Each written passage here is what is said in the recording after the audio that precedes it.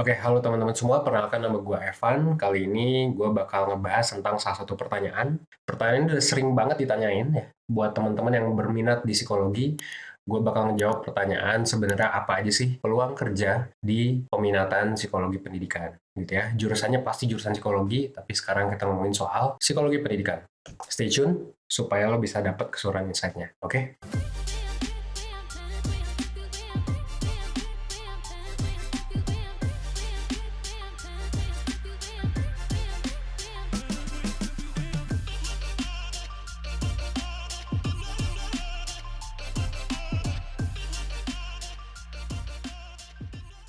Sebenarnya kalau ngomongin soal psikologi, psikologi itu ya pernah jadi jurusan yang paling banyak diminati kalau nggak salah ya. Gua nggak tahu tahun ini gimana, tapi kalau nggak salah 2019, 2020 jurusannya tuh cukup diminati. Makanya banyak yang nanya. Dan kebetulan gue juga ada komunitas pendidikan, jadi kayak gue bakal bahas perspektif tentang ya psikologi pendidikan sebenarnya kenapa sih itu tuh ranah yang mungkin lagi dibutuhin banget. Kenapa? Karena pendidikan tuh nggak ada matinya, ya nggak sih? Kayak anggaran pendidikan kalau nggak salah paling besar. Kalau ngomongin soal pendidikan, bukan ngomongin soal sekolah doang, tapi juga ngomongin soal di rumah, ngomongin soal pendidikan dini, ngomongin soal pendidikan tinggi. Wah banyak, pendidikan tuh dari kecil sampai lu umur 22 kan lu belajar terus ya, sampai kuliah, normalnya. Bahkan sampai umur 30-40. Normalnya tuh sampai umur 20, tapi sampai 40 bahkan kita masih ngomongin pendidikan, ya nggak sih? Orang-orang S3 jadi profesor sampai umur 50-60. Itu kan jadi kayak seumur hidup kita masih ngomongin soal pendidikan gitu. Dan biasanya kalau ngomongin soal pendidikan, kita ngomongin soal 3 stakeholder utama. Pertama adalah guru, kedua adalah siswa, dan ketiga adalah orang tua.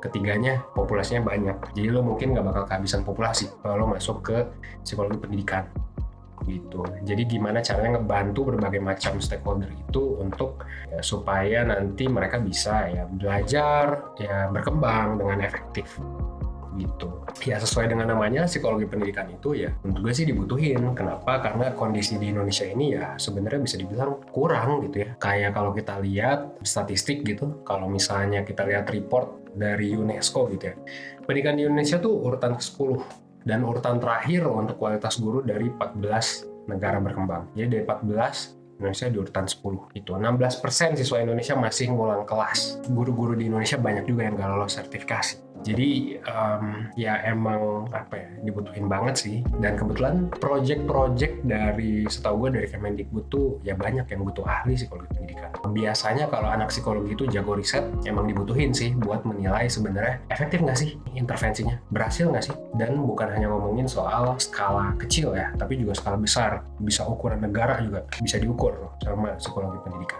Kalau ngomongin soal psikologi pendidikan, jangan mikir kalau misalnya nanti bakal jadi guru BK. Sebenarnya enggak. Bisa aja sih jadi konselor atau psikolog pendidikan yang memang melayani konsultasi, itu bisa banget. Tapi banyak lagi peluangnya, bukan hanya jadi psikolog dalam tanda kutip yang melayani konsultasi, juga lu sebenarnya bisa membuka peluang menjadi researcher, menjadi kayak bersaing sama anak-anak kesejahteraan sosial gitu ya. Lu ngukur seberapa oke intervensi pendidikan, lu bikin yayasan, lu wah banyak lah pokoknya. Tapi menurut gue ya sebenarnya yang dibutuhin di Indonesia tuh dan memang yang seru banget diekspor adalah di bidang riset.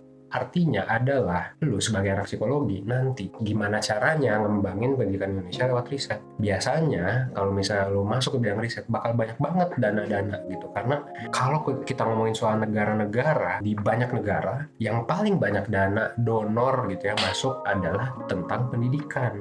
Menarik ya, bukan tentang kesehatan, bukan tentang apa, mungkin COVID jadi kesehatan, tapi dari dulu sampai sekarang paling banyak hibah itu grants, hadiah, lu dapat duit secara cuma-cuma itu biasanya di bidang pendidikan. Tuh, jadi kayak karena gue megang komunitas juga belajar seutuhnya, gue ngerasain tuh seberapa pentingnya psikologi pendidikan maksudnya. Karena kalau ngomongin jurusan lain, itu banyak kelemahan-kelemahan yang memang di-solve sama psikologi pendidikan. Seperti misalnya gimana caranya bikin alat ukur yang baik gitu ya. Alat ukur tuh maksudnya adalah penilaian yang baik, ulangan yang baik tuh kayak gimana gitu. Menurut gue sebenarnya harusnya sama psikologi pendidikan.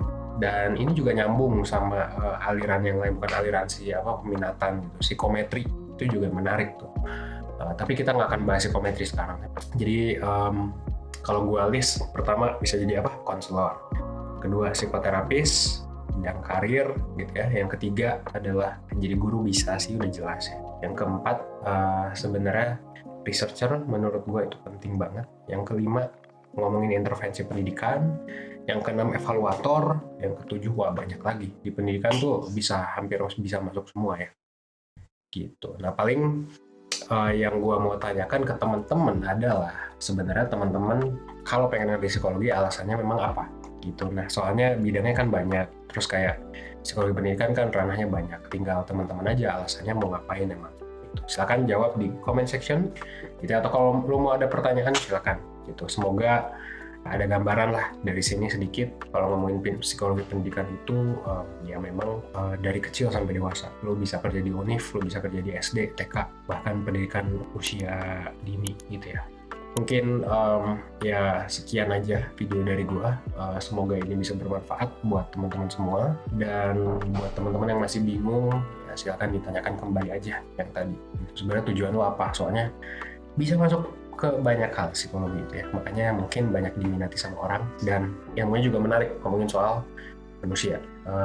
Gue Evan, see you on the next video, oke?